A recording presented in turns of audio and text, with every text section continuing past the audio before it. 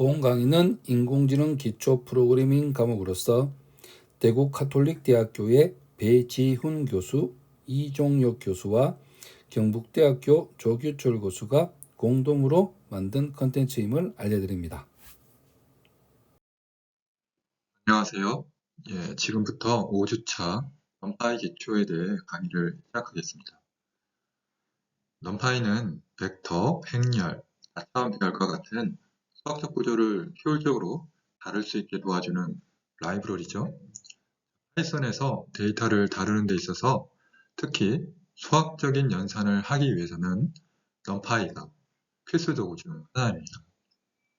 넘파이를 사용하면 벡터, 행렬, 그리고 다차원 배열과 같은 다양한 수학적 구조를 손쉽게 다룰 수 있어요. 이는 데이터 과학, 머신러닝, 딥러닝 같은 분야에서 핵심적으로 사용되는 이유이기도 하죠.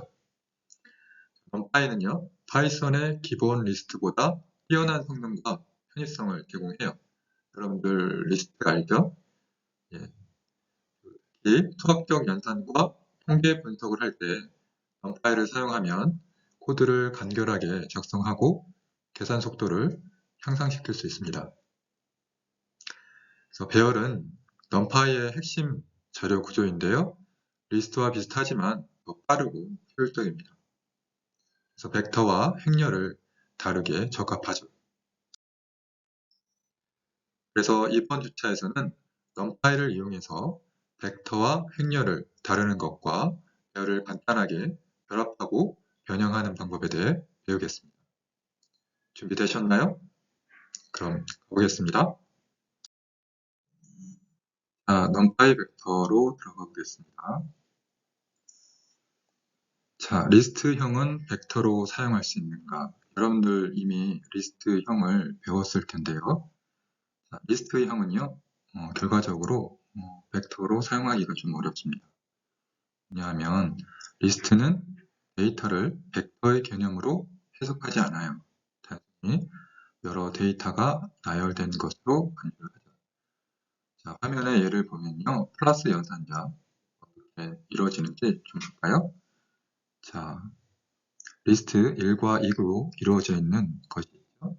그 다음에 3과 4로 이루어져 있는 것이 있습니다. 이것을 더하게 되면 결과는 어떻죠? 네, 이렇게 두 개의 리스트를 합한 이 됩니다.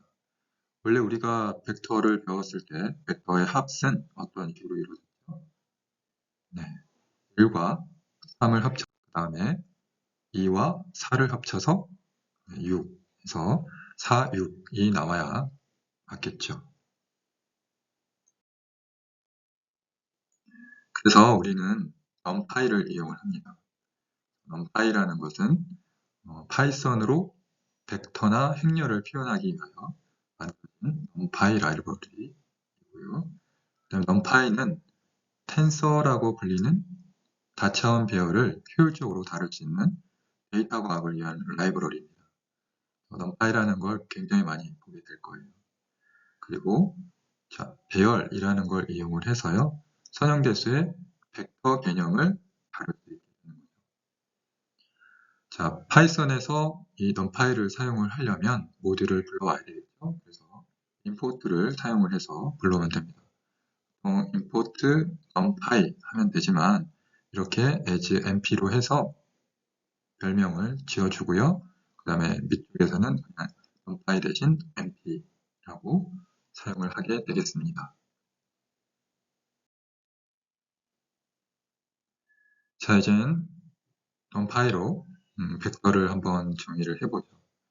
자, np가 모듈이기 때문에 np 안에는 array라는 함수가 있습니다. array 함수는 1차원 nd array 형으로 가로, 세로 구분하지 않고 항상 가로 벡터로 표시됩니다. 이 nd array라는 게 굉장히 많이 나올 텐데요. n은 여러 숫자의 n인 뜻하고요. d는 dimensional이라는 차원을 얘기를 해요. 그래서 차원의 array라는 용어로 여러분들 이해하시면 되겠고요. 그래서 옆에 코드를 볼까요? 코드를 보면 import numpy as np 임포트를 했고요. 그 다음에 밑에 보면 np array를 했죠. 그 다음에 파라미터를 뭘 넘겨줬나요? 자, 이렇게 2와 1을 리스트로 만들어서 넘겨줬습니다. 그러면 numpy의 array가 만들어지는 거고요. 2와 1로 구성된 것이 힌트를 해보게 되면 이런 식으로 리스트와 비슷하게 출력이 되고 있죠. 자, 그 다음은 타입 함수를 사용해서 자료형을 확인을 해보겠습니다. 여기 위에서 만들어진 이 A라는 거를 타입이라는 함수에 대입을 했더니 이렇게 numpy array라고 되어 있습니다.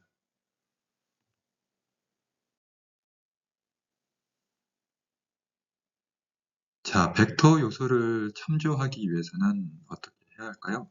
자, 여러분들 리스트 기억나시죠? 리스트 여러 값들을 나열해서 쓰는 걸 리스트라고 하잖아요. 그때도 대괄호를 사용했죠. 대괄호. 그래서 리스트를 참조할 때도 대괄호를 사용했는데 여기서도 마찬가지. 그리고 인덱스는 0부터 시작해요. 리스트와 다르지 않죠? 자, 예를 볼까요? 자, 1, 2, 3으로 구성된 어레이를 만들었고요. 그걸 X로 했습니다. 그리고 여러분들이 첫 번째 거, 그러니까 0 인덱스를 갖는 하기 위해서는 대괄호를 하고요. 그 안에 0을 집어넣어주면 됩니다. 그래서 0번째는 1이죠. 그래서 0번째, 번째, 2번째 이렇게 되는 겁니다.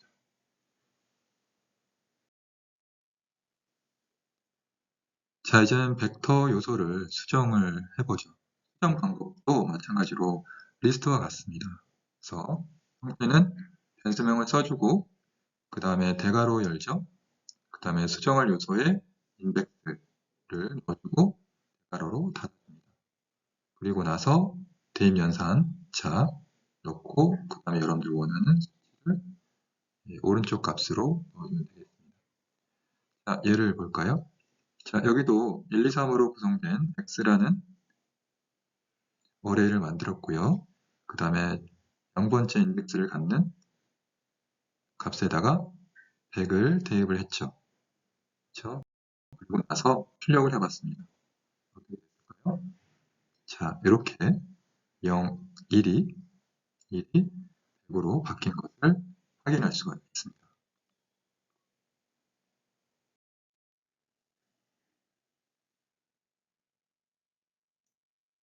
자, 이제 연속된 정수 벡터를 한번 생성을 해볼게요. 여기서 연속된이라는 건데요.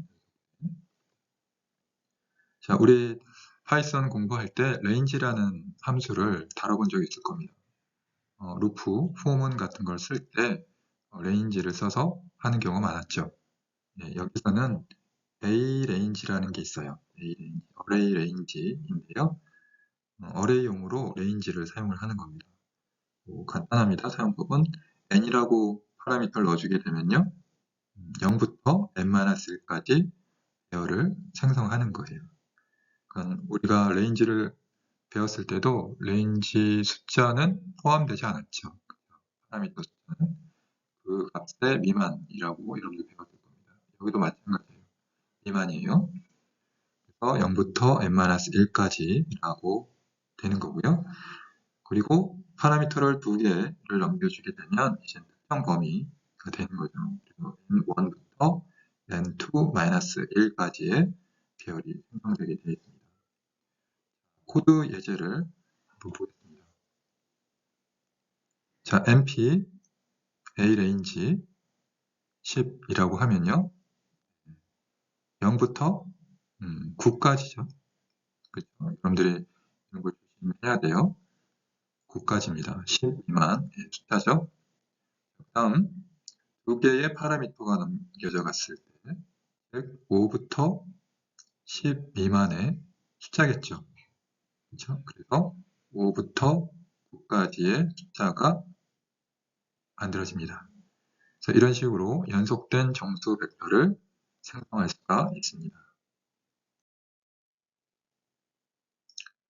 자, 그 다음은 스텝이라는 것까지 쓰는 거예요. 앞에서는 0부터 10 미만까지라고 되어 있는데, 이제 세 번째 숫자가 나오죠.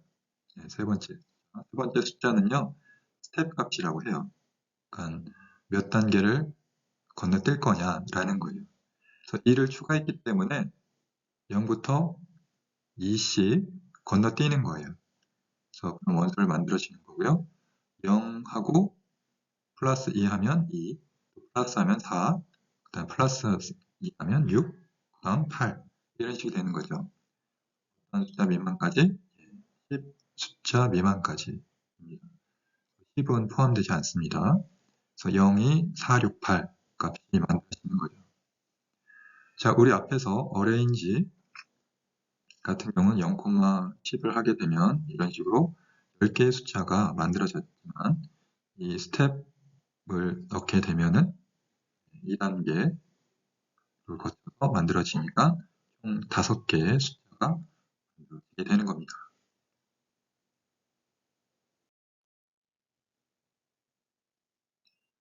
자, 연속된 정수 벡터 다른 예제를 쭉 한번 보죠. empty arrange 0, 10을 했죠. 당연히 0, 1, 2, 3, 4, 5, 6, 7, 8, 9가 만들어지는 거 여러분들 바로 이해하실 거고요. 그 다음 0, 10 이 스텝이죠. 그래서 이 차이로 해서 계속 숫자가 만들어지는 겁니다. 0, 2, 4, 6, 8 이런 식으로 만들어지는 거고요. 자, 그 다음에 0, 10, 3이라고 되어 있네요. 그쵸? 0은 나올 거고요. 플러스 3에서 3, 플러스 3에서 6, 플러스 3에서 9까지 만들어질 겁니다. 자, 그 다음은 0.0, 1.0, 실수가 나왔네요. 그쵸? 실수가 나왔고요. 그 다음에 스텝은 0.2입니다. 0.0이 처음에 나올 거고요. 그다음 0.1을 더해서 0.2, 그 다음에 0.2 더해서 0.4, 0.6, 0.8. 1.0은 안 나올 거고요. 그래서 이렇게 숫자가 될 겁니다. 자, 여러분들 지금 코드를 보면서 하고 있는데요. 지금 바로 넘어가서 그런데 직접 코드를 작성을 해보고요. 그다음에 결과를 확인을 해야 돼요. 아마도 눈으로 보면 금방 넘어가서 이런 실수를 하기가 좀 어려울 겁니다. 실수를 하고 그 다음에 그 실수한 걸 고치는 과정도 굉장히 중요한 프로그래밍 단계라고 보면 될 것 같습니다. 자, 이제 ND Array 형의 주의점에 대해서 볼게요. 자, 파이썬은요, 저장된 곳을 참조하고 있는 거예요. 참조. 그러니까 어떤 값이 저장이 되면 값이 저장되는 위치가 있고요. 그 다음에 이걸 이렇게 참조를 하는 겁니다. 참조. 그래서 여러분들이 이젠 A를 B에 대입을 하게 되면 당연히 B도 A와 같은 곳을 참조하게 되는 거죠. 참조하기 때문에 만약에 A를 통해서 값을 변경을 했다. 그러면 B가 바라보는 값도 변경된 채로 있는 겁니다. 자, 이게 좀 헷갈릴 소지가 있죠. 자, 그걸 해소하려고, 이제 해결을 하려고 하면 어떻게 해야 되냐면 copy라는 걸 사용을 해줘야 돼요. 그래서 A의 값을 복사를 해서 새롭게 만들어서 B한테 대입을 해줘야 됩니다. 어떤 식이냐면 새로 똑같은 거를 만들고요. 그 다음에 B가 여기를 가리키는 게 아니라 이렇게 가리키게 해야 된다는 거죠. 자, 이해됐나요? 그래서 B는 A와 관계없이 독립변수로 취급을 해줘야 된다는 겁니다. 뭐 상황에 따라 이거를 써야 될 때도 있고 이거를 써야 될 때도 있을 거예요. 그러니까 여러분들이 알고 써야 된다는 거죠. 코드를 한번 볼게요. 자, 여기 A라는 벡터를 만들었어요. 1과 1, 두 개의 요소로 구성되어 있는 거죠. 그 다음에 여기 부분에서 A를 B로 대입을 했습니다. 즉, 참조 주소 복사를 해준 거예요. 주소 가리키는 것만 복사가 된 거죠. 그래서 출력을 해봤습니다. 출력. A의 값을 스트링 문자로 출력을 했죠. 그 다음에 B의 값도 문자로 출력을 했습니다. 그리고 나서 B가 가리키는 첫 번째 값을 100으로 바꿨습니다. 어떻게 됐을까요? 그래서 이걸 한 후에 똑같이 B의 값 출력하고 A 값을 출력해봤어요. 옆에 있는 결과값을 보면요. 처음 값은 두 개가 동일하죠. 근데 이후의 값은 어떻습니까? 즉, 요 B가 가리키는 곳 0번째에 100으로 대입을 하면 A 입장에서도 요 자리가 100으로 바뀐다는 거죠. 자, 이해하셨나요?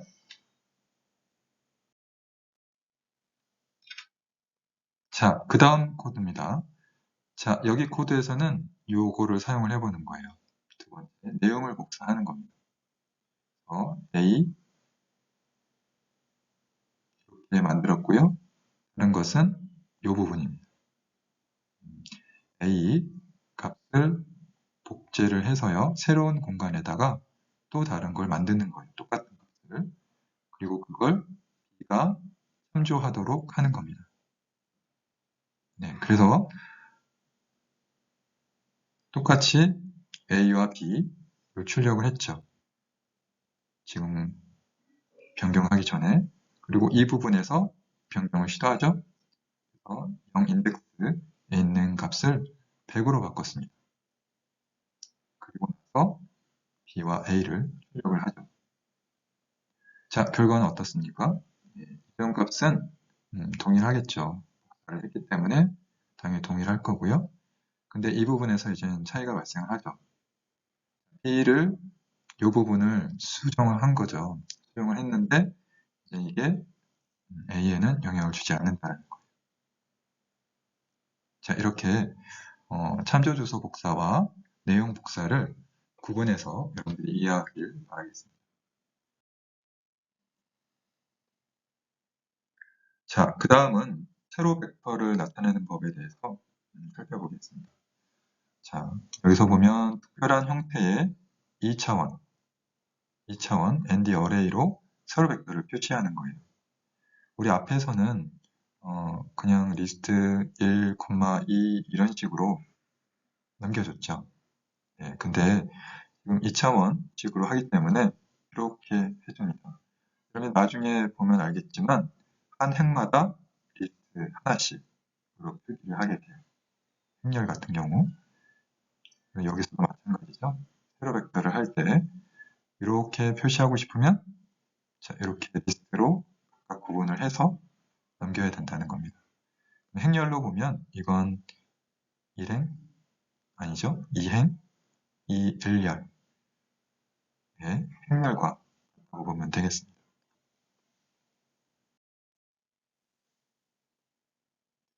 자, 그 다음에 전치를 한번 볼까요? 여러분들 지난주차 전치 기억나나요? 트랜스포즈였죠? 트랜스포즈는 주 대각 행렬로 해서 이렇게 대칭 형식으로 자리가 바뀌는 걸 뜻했습니다. 그래서 이렇게 생긴 행렬은 이렇게 형태로 바뀌었죠. 그래서 뒤바뀌는 겁니다. 대각선을 중심으로 해서 행과 열이 뒤바뀌는 거죠. 자, 이건 코드로 어떻게 표현을 하냐면요. 변수명에다가 .t를 붙여줘요. 그러니까 트랜스포즈죠. 그래서 자, AD에서 .t로 하면 이렇게 1, 2가 나오죠. 앞에서는 세로였죠. 세로 벡터였어요. 그래서 이런 식으로 1과 2로 되어 있던 것이 이런 식으로 트랜스포즈가 되는 거죠. 자, 이제부터 벡터의 덧셈과 뺄셈에 대해서 해보겠습니다. 지난 주차에서 벡터의 덧셈, 뺄셈 여러분들 하고 있겠죠? 예, 같은 자리에 요소끼리 더하면 되는 겁니다. 이를 통해 보면 벡터 A가 있죠. 2와 1로 구성되어 있는 거. 그 벡터 B는 1과 3으로 구성되어 있습니다. A와 B를 한다라는 거는요. 이렇게 같은 자리끼리 더해서 새로운 벡터 값을 만드는 겁니다. 1과 3을 더해서 4를 만들고요. 최종적으로 3과 4로 이루어진 벡터가 만들어지는 거죠. 자, 코드를 한번 보겠습니다. A라는 벡터를 만들었고요. B라는 벡터를 1, 3으로 구성되어 있는 거 만들었습니다. 더한다라는 것은 이렇게 더하기 기호를 써서 쓰면 된다라는 거죠. 결과적으로 3과 4가 나오고 있습니다. 자, 그 다음은 벡터의 뺄셈입니다. 같은 자리끼리 빼주면 되겠죠? 네, 그래서 코드로 보면요. A라는 벡터 만들어졌고요. 그 다음에 B라는 벡터 만들어졌습니다. 그래서 A에서 B를 뺀다라는 건 이렇게 마이너스 기호를 써서 표현을 해주면 되겠습니다. 그래서 2 빼기 B 하게 되면 2 빼기 1 해서 1이 나오는 거고요. 1 빼기 3 해서 마이너스 2가 나오는 것입니다. 자, 이해됐겠죠? 자, 이제는 벡터의 스칼라 곱셈, 이전 주제에서는 스칼라라고 해서 배웠을 겁니다. 그래서 여기서는 스칼라에 벡터를 곱하면 스칼라 값이 벡터 요소 전체에 적용이 되는 겁니다. 그래서 예제를 통해서 보면요. 2와 1로 구성되어 있는 A라는 벡터를 만들었고요. 여기다가 스칼라 값 2를 곱하는 겁니다. 그래서 표현은 이렇게 되겠고요. 전체 요소에 대해서 각각 2씩 곱해지는 겁니다. 그래서 4와 2의 값인 벡터가 만들어지죠. 자, 이걸 코드로 한번 볼게요. 코드로 할 때는 단순히 이렇게 곱하기 표시를 하면 됩니다. 그래서 특정 벡터에다가 2라는 스칼라 곱을 하고 싶으면 곱하기 기호를 쓴다. 그래서 출력 결과는 4, 2가 나오게 되겠습니다. 자, 브로드캐스팅에 대해서 한번 살펴보죠. 자, A 배열을 생성을 하고요. 그 다음에 스칼라 값을 10을 곱하면 이 A의 모든 원소에 대해서 10이 곱해집니다. 그래서 결과값은 100, 200, 300이 있는 것을 알 수 있죠. 그래서 코드에서 보면요. 10, 20, 30이라는 벡터를 만들었고요. 그 다음에 스칼라 곱을 하고 있죠. 전체적으로 모든 것에 대해서 17 곱인 걸 확인할 수 있습니다. 자, 덧셈에 대해서도 마찬가지예요. 그래서 A 더하기 10을 하게 되면 전체 원소 요소에 대해서 10이 더해져서 12, 20이 되고요. 22, 30, 32, 40이 되는 걸 확인을 할 수가 있습니다. 자, 그래서 브로드캐스팅이라고 하는 거는요. 자, A 곱하기 10을 수행한다는 것은 이렇게 10, 20, 30이라는 배열, A 배열에 대해서 이렇게 10 스칼라 곱을 한다면 이렇게 여러 개의 값 배열을 만들게 되고요. 이것을 차원에 맞게 지금 바꿔준다는 거예요. 그리고 나서 이걸 곱해 준다는 거죠. 그래서 이걸 브로드캐스팅이라고 합니다. 그리고 브로드캐스팅과 동시에 파이썬은 하나의 명령을 여러 데이터에 적용해서 병렬적으로 연산을 하는데요. 이걸 벡터화 연산이라고 해요. 그래서 여러분들이 보고 있는 브로드캐스팅 할 때는 이런 벡터화 연산이 이루어지고 있다고 볼 수 있는 거죠. 앞에서의 A 배열 10, 20, 30에 대해서 10의 스칼라를 곱한다고 치면 이렇게 다른 차원이 확장이 돼서 서로 다 병렬적으로 곱해준다. 이렇게 이해를 하면 되겠습니다. 자, 이젠 벡터의 내적을 한번 살펴볼까요? 벡터 내적. 여러분들 기억하시죠? 같은 자릿수끼리 곱하고 그것을 더한다. 자, 같은 차원을 가진 두 벡터 간의 연산, 닷이라고 표현하고요. 그리고 파이썬에서는 이렇게 표현합니다. 변수명 닷, 그 다음에 변수명 두 번째 거를 파라미터로 넘겨요. 그러니까 닷이라는 게 함수에 해당이 되는 거죠. 그래서 b.c를 한다라는 것은 요 값과 요 값을 곱한다 라는 뜻인데요. 1과 4를 곱해서 갖고 그 다음에 3과 2를 곱한 값을 더해서 채우는 겁니다. 자, 이게 내적이었습니다. 내적의 계산 방법. 내적에 대한 의미는 여러분들이 지난 주차에서 확인을 하면 되겠고요. 그 다음에 코드로 한번 변형된 걸 보겠습니다. 자, 1, 3으로 구성되어 있는 B 벡터를 만들었고요. 4와 2로 구성되어 있는 C 벡터를 만들었어요. 그래서 B와 C를 내적을 한다라는 것은 이렇게 표현을 합니다. B, 닷, 닷, 그다음에 파라미터로 C를 넘겨주고 있습니다. 결과적으로 10이 표현되는 걸 확인할 수 있습니다.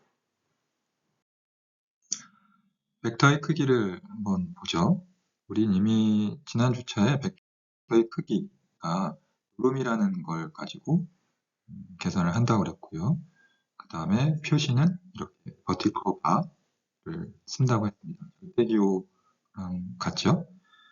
그래서 이런 기호를 사용하고요.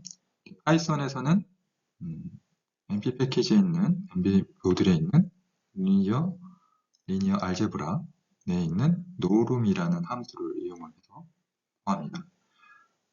표시는 이렇게 한다는 거 여러분들이 이해하고 있을 것이고요. 그 다음에 벡터는 두 개의 값으로 되어 있으면 노름을 이용해서 구하면 이렇게 됩니다. 하나의 요소의 제곱, 그다음에 또 하나의 요소 제곱을 더하고요. 그거에 대해서 루트를 취하면 크기가 된다고 했죠. 네, 이게 계산하는 방식이고요. 실제 사용하는 건 어떻게 하는지 한번 보죠. 1과 3으로 구성되어 있는 A 벡터가 있습니다. 그리고 노름을 구하기 위해서 NP 안에 리니어 알제브라 안에 노름이라는 함수의 파라미터로 A를 넘겨주게 되면 크기가 구해지게 되겠습니다.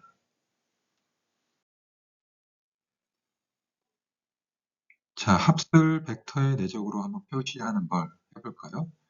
1부터 1000까지 자연수의 합을 구하는 게 있습니다. 이걸 내적으로 표시하게 된다면요. 자, 앞에는 모든 걸 1로 되어 있는 걸로 만들어집니다. 그리고 1 곱하기 1 더하기 1 곱하기 2 더하기 이런 식이 되겠죠. 일부러 그렇게 표시를 하는 거고요. 자, 이걸 코드로 한번 표현을 한다면 자, 여기 MP once라는 게 나오죠. once는 아직 구분해 가서 다시 나오긴 하는데요. 모든 요소가 1로 만들어지는 겁니다. 그래서 1000개의 1로 되어 있는 벡터를 감싸달라라는 거고요.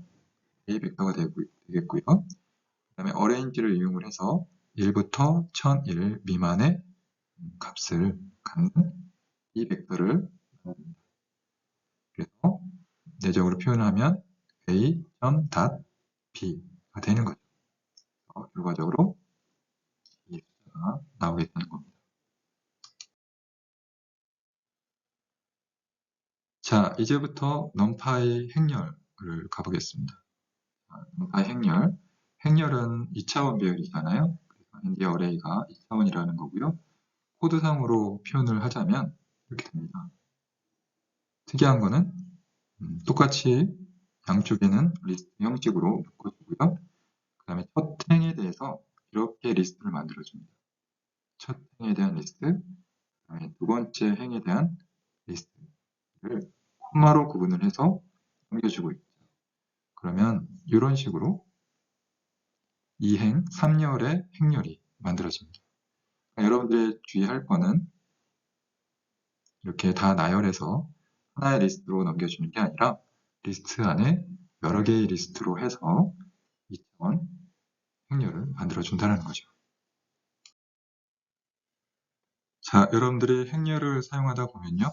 이 형상이라는 거를 자주 보게 될 거예요. 쉐입이라고 하는데요.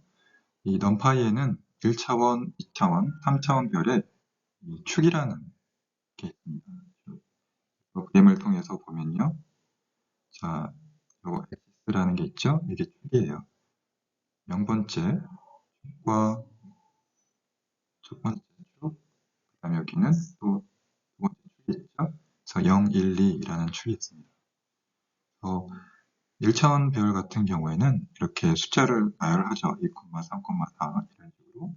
그래서 이쪽 가로축으로 해서 숫자가 늘어나는 겁니다.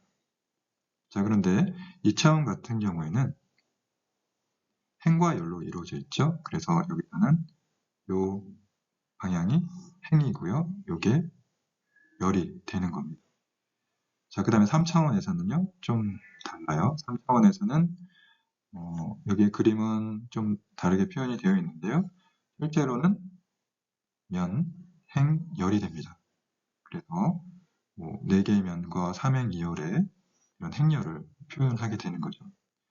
이 쉐입을 이젠 구조를 안다라는 것은 이제 나중에 보면 쉐입을 바꾸게 되어 있습니다. 4행, 3열, 2열로 되어 있는 3면, 3행, 2열로 되어 있는 거를 2차원적인 거로 바꿀 수도 있고요. 그래서 쉐입이라는 개념을 여러분들이 잘 알고 있어요. 자, 행렬의 크기, 즉 형상, 쉐입이라고 했죠. 그 쉐입을 알아보려면 요 점 쉐입이라는 걸 사용을 하면 됩니다. 그래서 변수명에다가 점 쉐입을 사용을 하게 되면 바로 그래서 투플형으로 반환을 하거든요. 자, 코드로 한번 보겠습니다. 자, 1, 2, 3과 4, 5, 6으로 구성되어 있는 이행 3열짜리 행렬에 대해서요. x.shape을 하게 되면 당연히 투플 형식으로 2,3이 리턴이 되는 거죠. 자, 그 다음에 행과 열을 따로 이제 구해보고 싶다 이러면 우리 파이썬에 보면 이건 왼쪽에 변수가 하나가 아닌 2개, 또 여러 개를 줄 수가 있죠. 그래서 쉐입에는 이쪽 오른쪽에는 튜플 때문에 요 첫 번째 거는 W에 두 번째 거는 탭을 해줄 수가 있습니다. 이런 식으로도 자주 사용을 한다라는 거예요.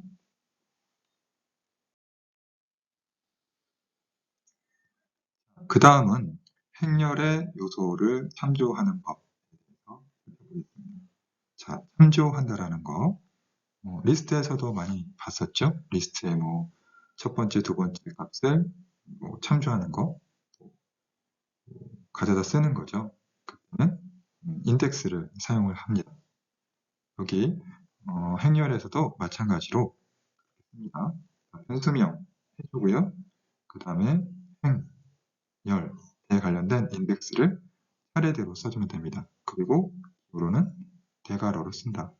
리스트와 같죠. 주의할 거는 인덱스는 0부터 해요. 리스트도 마찬가지죠. 대부분의 언어들이, 컴퓨터 언어들이 인덱스가 0부터 시작하는 걸 씁니다. 자, 예제를 볼까요? 여기도 마찬가지로 1, 2, 3과 4, 5, 6 관련된 2행 3열짜리 행렬이 있는 거고요. 여기에 대해서 1,2를 참조를 하려고 그래요. 이 뜻은 0부터 인덱스가 시작이 되기 때문에 두 번째 행이 되겠죠? 두 번째 행에, 그쵸? 두 번째 행에 인덱스가 2니까 세 번째 열이 되겠죠. 요 6을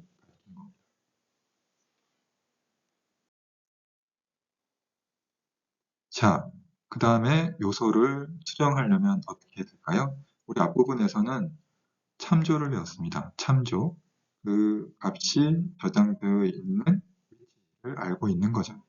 그럼 그 위치에다가 새로운 값을 대입을 해주면 됩니다. 그래서 왼쪽에는 참조에 관련된 위치를 알려주고요. 그 다음에 오른쪽 입구를 중심으로 해서 오른쪽에는 수정하려고 하는 수치를 넣어주면 되는 겁니다. 자, 코드 예를 통해서 보면요. 그것과 똑같이 1, 2, 3, 4, 5, 6 이행 3열로 이루어진 x라는 행렬을 만들었고요. 그리고 앞과 똑같습니다. x 1,2라는 위치에다가 100을 대입을 하는 거죠. 자, 그 위치는 여기였었죠. 자, 6이라는 위치에다가 100을 쓰는 겁니다. 결과적으로 x를 출력했더니 자, 이렇게 있는 걸 확인을 할 수가 있겠습니다. 자, 이제 행렬 요소를 초기화하는 방법에 대해서 살펴볼게요. 자, 초기화하는 방법은 여러 가지가 있습니다. 자, 첫 번째로는 모든 요소를 0으로 초기화하고 싶을 때가 있을 거고요. 그 다음에 1로 초기화하고 싶을 때가 있을 거예요. 또는 단수, 무작위수로 초기화하고 싶을 때가 있을 겁니다. 자, 첫 번째로 0으로 초기화하고 싶을 때는 zeroes라는 함수를 써요. 그리고 파라미터로는 넘어가겠죠. 그래서 실제 사용하는 코드를 보면요. mp.0다가 10을 넘기고 있습니다. 10개의 0을 구성하는 이렇게 어레이를 만들어주고 있는 거죠.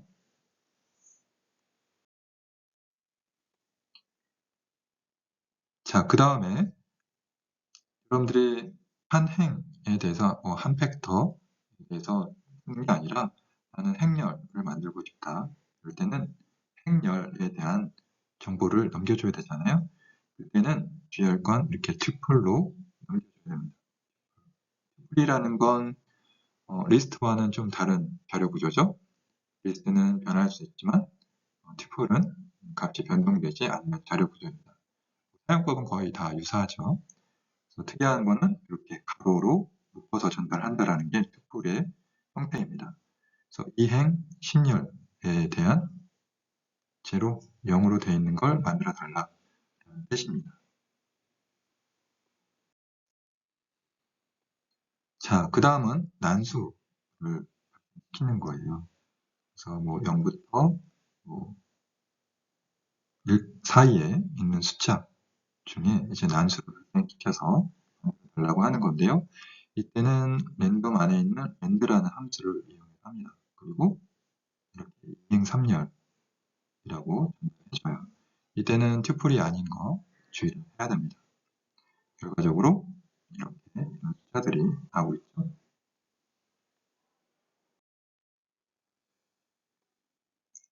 자, 그 다음은 무작위 수이긴 한데 좀 다른 무작위 수예요. 자, 여기서는 가우스 분포, 정규 분포죠. 평균이 0이고 분산이 1인 가우스 분포로 난수를 생성할 때는 n이라는 걸 사용을 합니다. 그래서 좀 다르죠? 자, 그 다음은 rand int라는 것도 있어요. int는 정수죠. 그래서 low에서 high까지의 임의의 정수값으로 이루어진 사이즈 크기에 대한 배열을 생성해 달라는 거예요. 뭐 어려울 건 없죠. 난수가 발생하는데 이 난수의 형태, 어떤 수를 뽑아낼 건지에 대해서 정해주는 겁니다.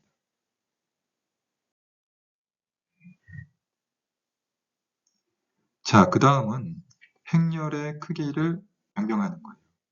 우리가 뭔가를 하다 보면 1차원으로 되어 있는 거 2차원으로 바꾸고 싶기도 하고 2차원을 3차원으로 또는 3차원을 다시 1차원으로 바꾸고 싶을 때가 있을 겁니다. 그때는 reshape이라는 걸 써요. reshape. 그래서 원하는 차원 수를 넘겨주면 되겠습니다. 자, 코드 예제를 보죠.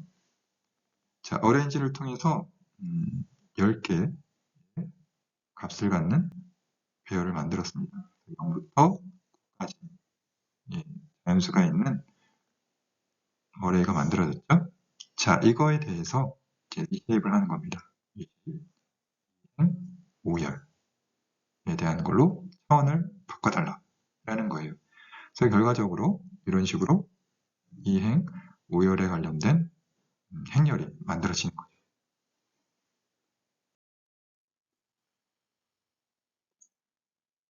행렬의 덧셈과 뺄셈을 코드로 한번 살펴보도록 하겠습니다. 이건 바이 임포트 시켰고요. 자, 이젠 A라는 행렬을 만들고 있죠. 1, 2, 3, 4, 5, 6. 일단 행렬을 만들었고요.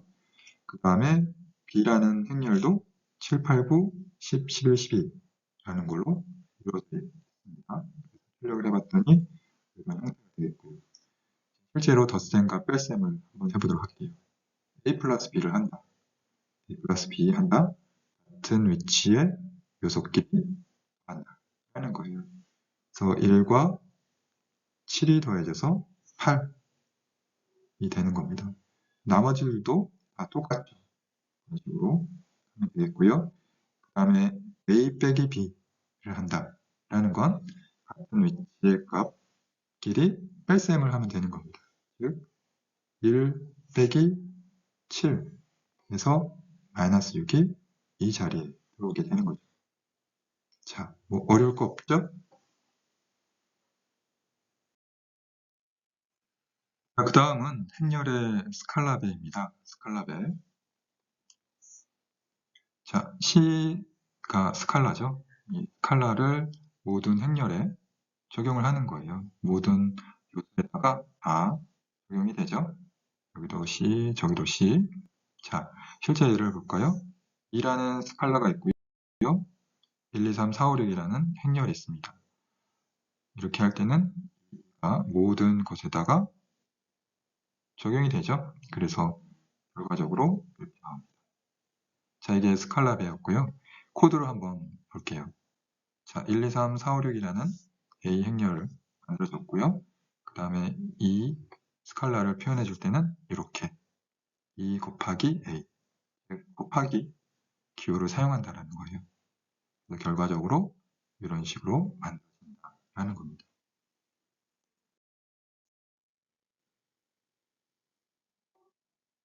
자, 행렬의 곱 이제 들어가 볼게요. 자, 행렬에 있는 행의 성분과 열의 성분을 각각이에요. 각각 원소끼리 곱한 것을 더한 결과입니다. 곱한 것을 더한 결과예요. 여러분들 행렬곱 기억나시죠? 자, 내접을 이용을 해서 곱셈을 한다고 했습니다. 그래서 표현할 때는 A 닷 B 이렇게 표현을 해요. 코드로 보면요. 1, 2, 3, 마이너스, 마이너스, 마이너스 3 이란 A 행렬과 그다음에 3, 마이너스 4, 5, 마이너스 5, 6, 마이너스 6인 행렬. 여기는 2행 3열이고요. 여기서는 3행 2열이죠. 결과적으로 이제는 곱할 건데요. 곱한 결과는 우리 앞에서 살펴본 적이 있습니다. 결과적으로 2행 2열인 결과가 나온다고 했죠. 그래서 A.B 이렇게 해서 결과를 냈더니 이렇게 되죠. 값으로 해서 곱한 결과가 행렬의 곱을 할 때는 맨머리라는 함수도 이용할 수 있습니다. 맨멀. 그리고 이 맨멀 함수보다는 이렇게 간단히 골뱅이 기호 있죠? S사인이라고 하는데 이 골뱅이 기호로 표현할 수도 있습니다. 근데 여러분들이 이젠 좀 혼동이 돼서 이 곱하기 기호를 사용하게 되면 우리가 원하지 않은 행렬곱이 돼버려요. 그래서 주의를 해야 됩니다. 자, 예를 통해서 보면요. 1, 2, 3, 4로 이루어지는 A라는 행렬이 있고요. 10, 20, 30, 40이라는 B 행렬이 있어요. 그래서 A와 B의 행렬곱을 한다고 해서 곱하기 기호를 사용하게 되면 우리가 원하는 결과가 아닙니다. 이때는 곱하기는 그냥 이렇게 같은 자리에 곱해서 더하는 겁니다. 2 곱하기 그 다음에 여기 20과 더해서 곱해서 다시 만들어지는 거고요.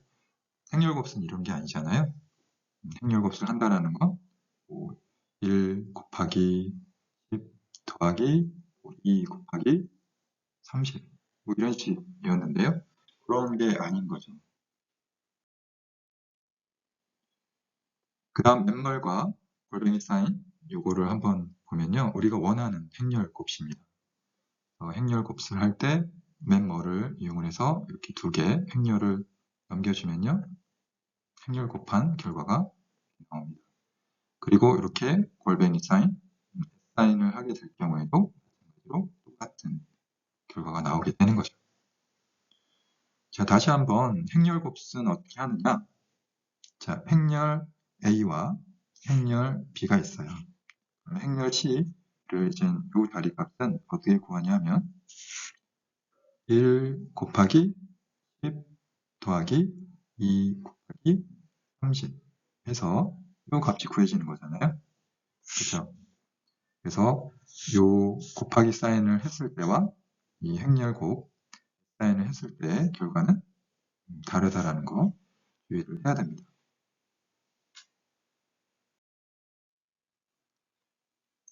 자, 그 다음 단위 행렬이 나오죠.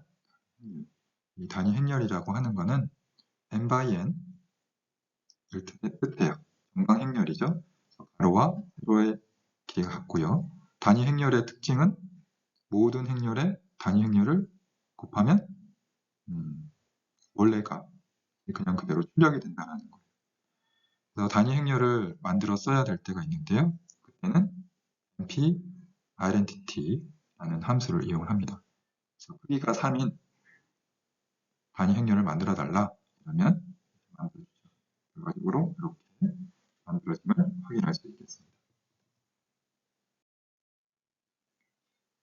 그 다음은 역행렬이에요. 역행렬은 역행렬을 하는 거는 이 원래 행렬에다가 역행렬을 곱하면 결국 단위 행렬이 만들어지는 요걸 말하는 겁니다. 역행렬이 필요할 때가 있거든요. 그럼 역행렬은 어떻게 만드느냐? 여기는 MP 모듈 안에 리니어 알제브라 안에 인버스라는 함수가 있습니다. 그걸 통해서 만들어요. 코드를 보면 1과 2, 3과 4, 2행 2열에 행렬이 있으면 이거에 관련된 역행렬을 구해달라 하면 inverse라는 함수를 실행하면 이런 식으로 만들어요. 그 다음은 전체 행렬입니다. 전체 행렬을 구할 때는 이렇게 간단히 a.t 이런 식으로 표현을 합니다. t는 트랜스포즈였죠? 그 t입니다. 자, 예제를 보면 1, 2, 3, 그 다음에 4, 5, 6인 2행 3열인 행렬이에요. 그거에 대해서 먼저 A 값을 출력을 했고요. 그 다음에 A의 전체 행렬을 출력을 했죠. 전체 행렬은 몇 행 몇 열? 3행 2열짜리가 만들어지는 거죠. 그래서 그림상으로는 이렇게 됐던 것이 뒤집어져서 이런 식으로 만들어지게 되는 거죠. 결과도 여러분들 이렇게 확인을 할 수 있죠.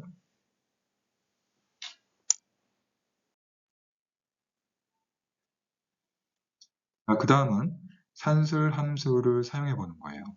자, 언파이에는요, 굉장히 많은 산술 함수가 있어요. 지수 함수, 제곱근, 로그, 그 다음에 반올림, 그 다음에 평균, 그 다음에 표준 편차, 그 다음에 최대값, 최소값 이런 걸 구해줄 수가 있습니다. 여러분들이 그냥 다 프로그래밍해서 쓰는 게 아니라 numpy에 충분히 많은 산술 함수들이 있기 때문에 그걸 가져다가 바로 쓰면 되겠습니다. 코드를 보면 444, 888로 이루어진 2행 3열의 행렬이 있죠. 여기에다가 지수 함수를 모두 적용을 하는 거예요.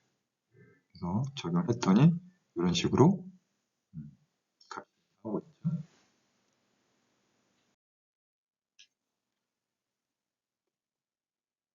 자, 브로드캐스팅이 다시 나오는데요. 앞에서 배웠던 브로드캐스팅과 크게 다르지 않습니다. B라는 행렬이 있죠. 근데 C라는 배열이 있습니다. 이걸 두 개를 더한다라는 것은 크기가 맞지 않잖아요. 그랬을 때 2, 3, 4에 해당하는 요 똑같은 게 만들어지고요. 똑같이 다 적용이 돼서 더해진다는 뜻입니다. 곱셈도 마찬가지예요. 이건 행렬 곱셈 아니고요. 이건 아까 주의해야 된다고 했죠. 그래서 크기가 맞지 않기 때문에 같은 크기로 만들어서 곱을 해준다는 거예요. 그래서 다른 그림으로 보게 되면은 자, 10, 20, 30, 40, 50, 60이라는 행렬이 있고요. 그 다음에 요 배열을 만약에 더하고 싶다. 그러면 크기가 맞지 않기 때문에 크기를 맞추기 위해서 이런 게 하나 더 생긴다고 보면 되겠고요. 이게 각각 더해져서 요 결과가 나온다고 보면 되겠습니다. 프로젝트.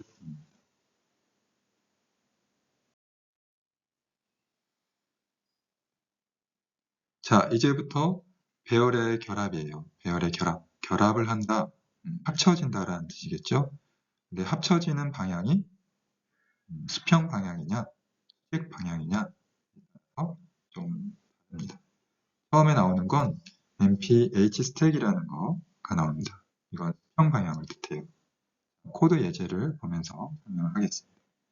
자, 1, 2, 3으로 구성되어 있는 A 배열이 있고요. 4, 5, 6으로 구성되어 있는 B 배열이 있습니다. 이거에 대해서 수평으로 합쳐달라는 뜻이에요. 합치면 수평이니까 이 4, 5, 6이라는 건 이 뒷부분에 붙이겠죠. 그렇죠?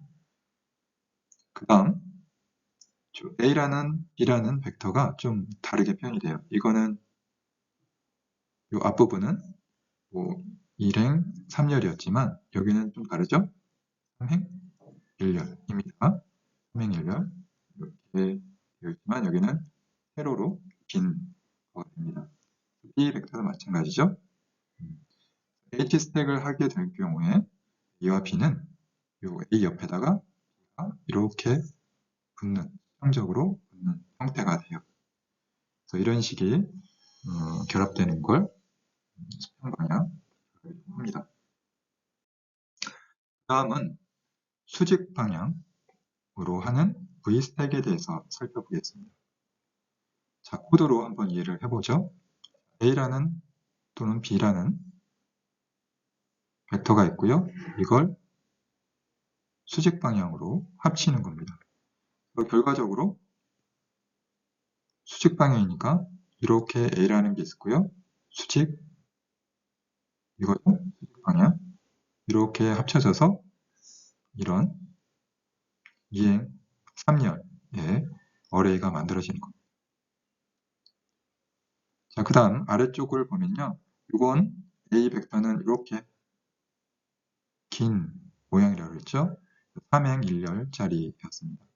B도 3행 1열짜리죠. 이게 수직 방향으로 합쳐지는 겁니다. 이렇게 기다란 6행 1열짜리 행렬이 만들어지는 거죠.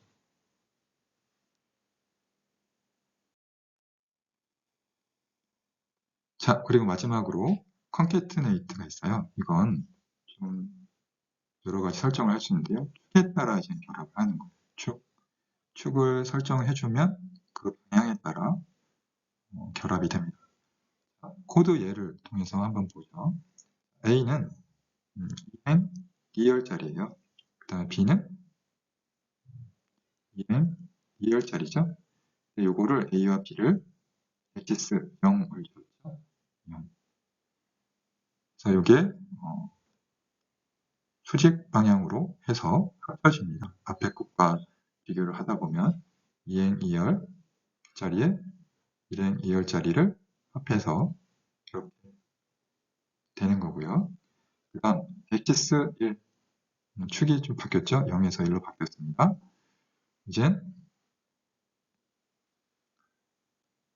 우리 앞에서 봤었던 수평적으로 이제 바뀌는 거예요. 그래서 여기서 주의할 거는 B.T라고 됐죠. B.T. 이건 시행렬이잖아요. 그래서 이 5, 6이라는 게 5, 6 이런 식으로 되어 있었지만 이게 5, 6 이런 식으로 바뀌는 거예요. 시행렬이니까. 그래서 이게 이게 A였고요. 그 옆에 5, 6으로 해서 결합하게 되는 겁니다.